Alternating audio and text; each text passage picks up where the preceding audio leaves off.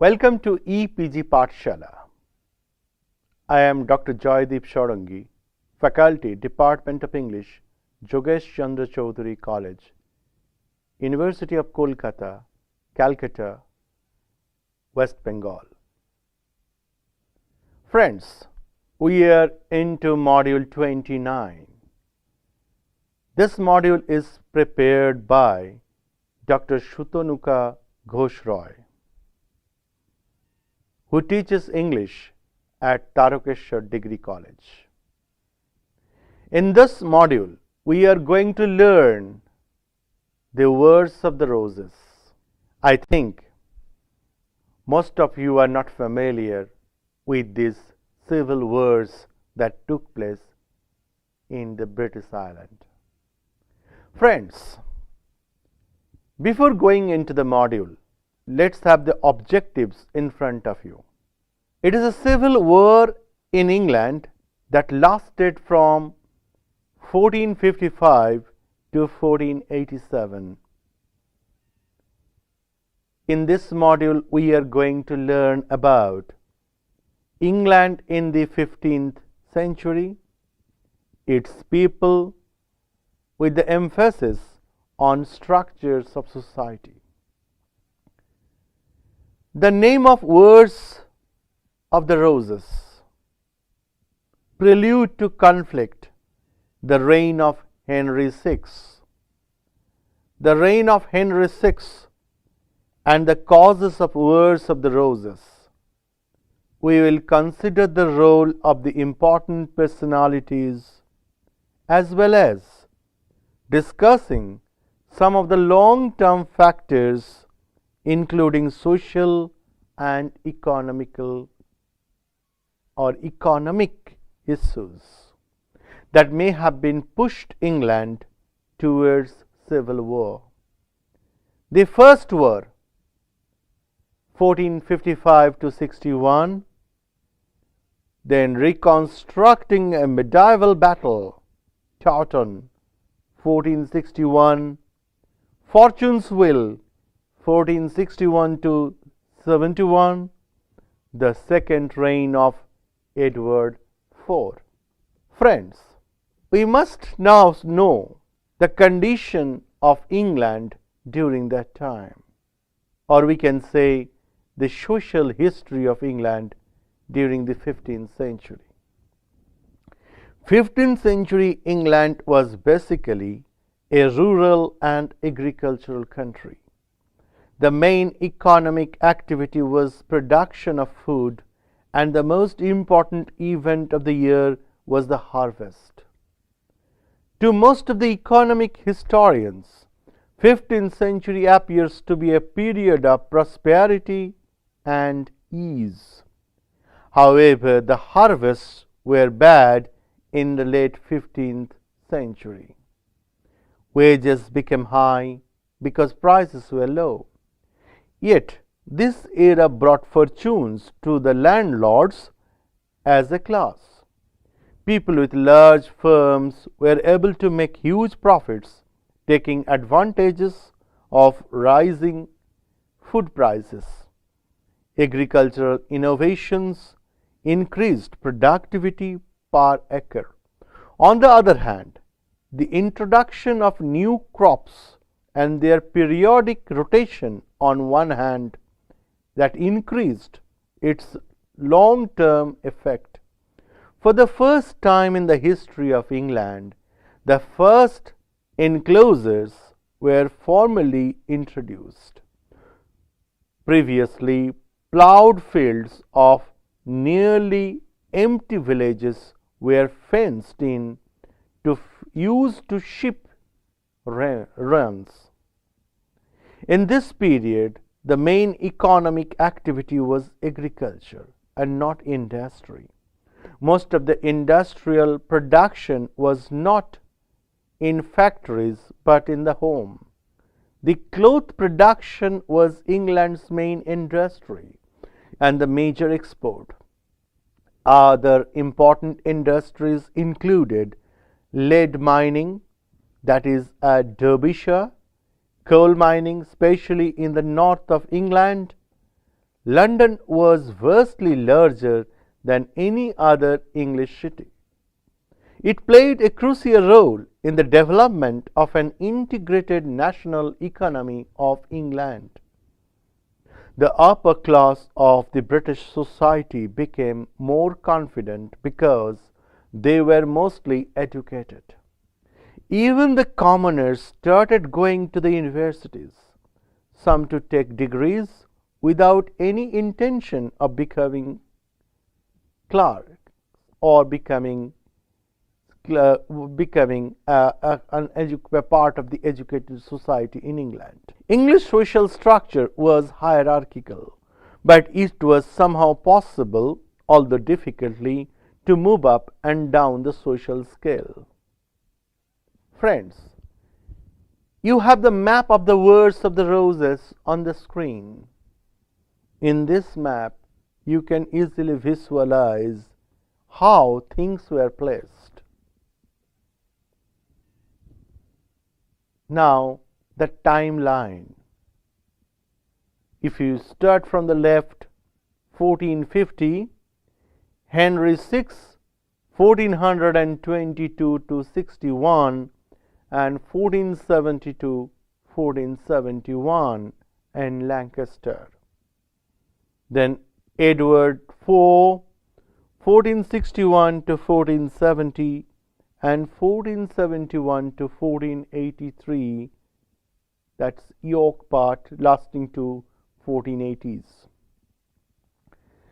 Under 1490s, Henry VII, 1485 to 1509, Tudor, Edward V, 1483, Richard III, 1483 to 1485.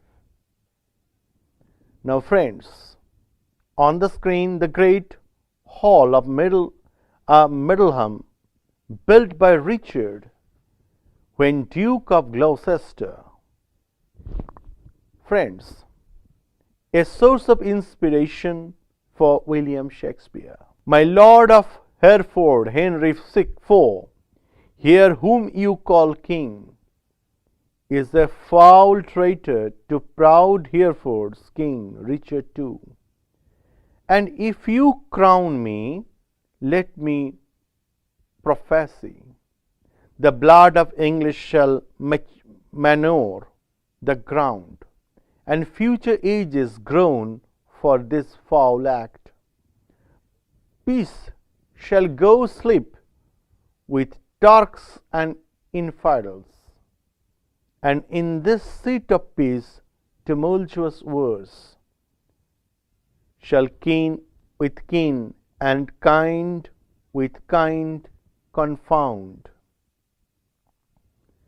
Disorder, horror, fear, and mutiny shall here inhabit, and this land be called the field of Golgotha, and dead men's skulls. Oh, if you raise this house against this house, it will be awfulest division proof that ever fell upon this cursed earth. This is Shakespeare from Richard II, Act 4, Scene 1. Golgotha is a place of skulls. So in this, we have the tempo as we have been discussing. Friends, on the screen you have Muxloe Castle, the keep of Kirby Muxloe Castle in Lancashire.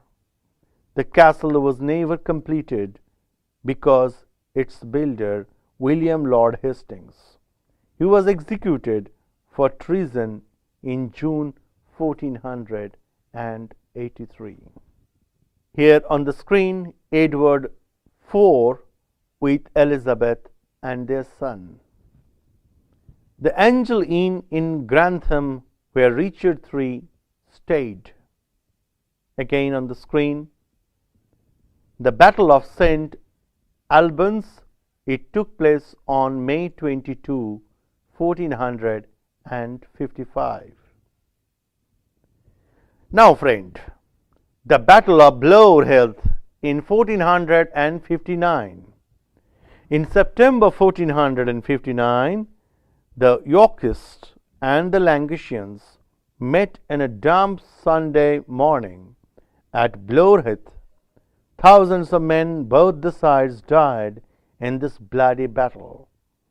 Thousands of men from both the sides died in this bloody battle from nearby Muxloe Church Tower. Queen Margaret Anjou watched the battle. Later she fled when she anticipated that the Lancastrians are going to lose. The Yorkists won. Friend, here again a photo on your screen. The Lancastrians wins Yorkists deserts Battle of Ludford in 1459. Now the Battle of Northampton, 1460. The Battle of Northampton on July 10, 1460. The Yorkist army under Richard Navelli, Earl of Warwick, the Kingmaker, captured King Henry VI. Friends, on the screen, Battle of Wakefield, which took place in the year 1460 AD. The Battle of Wakefield, Richard took a strong position at Sandal Castle and far outnumbered the Lancastrian army. Due to some unknown reasons, Richard left Sandal Castle, his stronghold, and was defeated by the Lancastrian army. Richard was killed in the battle. His son Edward of York now put forward his claim to the throne of England. Friends, next comes the Battle of Mortimer's Cross in the year 1461. On the screen, the Battle of Mortimer's Cross, which took place when the Yorkist army comprising Edward, Earl of March, intercepted a Lancastrian force under Jasper Tudor, Earl of Pembroke, marching towards England from South Wales. Friends, on the screen, Battle of Towton, 1461. The two armies met in the open fields between the villages of Saxton and Towton. The Yorkist army defeats the Lancastrians. Edward IV, Richard's son, marches into the city of York. Henry VI, the Queen, along with their son, flee to the Scotland for 9 years. Edward IV is formally crowned as the King of Westminster, which is very historical in this particular context. Friends, then the Battle of Hedgeley, Moor, 1464. The Battle of Hedgeley, Moor, 1464. The Battle of Hedgeley Moor was fought between Queen Margaret Anjou and the Yorkists under the leadership of Lord Montague. John Navelli, brother of Warwick. The Lancastrian force under the Queen was crushed by Montague and his forces. Sir Ralph Percy, the only holding force of the Lancastrians, was beheaded at Hedgeley Moor, a place some miles south of Moor in Northumberland. Friends, then comes Battle of Hexam in the year 1464. Montague, trapped by the Lancastrian force with the river at their back and flanks, the Lancastrian resistance was put off. They fled. Somerset was caught and executed at Hexam. Lord Hungerford and Lord Ross were captured the very next day and put to death. King Edward IV was happy with the service of Montague. Henceforth, Montague was known as the Earl of Northumberland. Friends, then comes the Battle of Edgecote Moor. Edgecote Moor in the year 1469. Richard becomes Richard III. After that, the Battle of Bosworth. The Battle of Bosworth Field, 1485. Battle of Bosworth Field, 22nd August 1485. King Richard III was killed and his supporters defeated at the Battle of Bosworth Field in Lancashire, and it was against Lancastrian forces led by Henry Tudor. And then comes the Battle of Stoke Field, the last battle, 1487. The Battle of Stoke Field, 1487, the last battle. The arch rivals of the Yorkists and the Lancastrians was fought in a small village near New York. The Yorkist faction was led by the Lambert Simnel and Henry VII. Henry VII quickly brought things under his control after a conflict about 3 hours. Simnel was imprisoned and the royal forces thoroughly surpassed the rival forces. Now friends, what is the impact of the Wars of the Roses? As civil conflicts, the Wars of the Roses were notable that they did not produce economic recession and widespread destructions. The Wars of the Roses left little mark on the common people of England, but the nobility incurred heavy losses. A large part of the aristocracy was killed. It was an implicit rule of the war to kill the nobles and not to the common people of England. The nobility of England thinned down. Some of the noble families disappeared forever from the map of England. The royal dynasty changed. There rose a new class in the English society, the merchants. The Wars of the Roses heralded the end of the medieval period in England and ushered in the new movement known as the Renaissance. The Wars of the Roses eventually established a strong dynasty on the throne of England, the Tudors, on the throne, and it took England out of the Middle Ages and brought it to the more modern era. We are to remember that during the wars, England ceased to be an important player in the European affairs. It is also a very important period for British culture and history. The Wars of the Roses has also been a vast source of inspiration for English authors like William Shakespeare. Quite a number of his plays, Henry VI, Richard II, are based on this era. This period has been a turning point in the history of England and will forever remain as one of the most important periods in the history of England. In this particular module, we tried to look back the importance of the Wars of the Roses, historical importance, social relevance, political implications, and its effect on literary studies. On the whole, the Wars of the Roses is a breakthrough from the Middle English period or from the Middle Ages. It had enormous impact on the ages to come.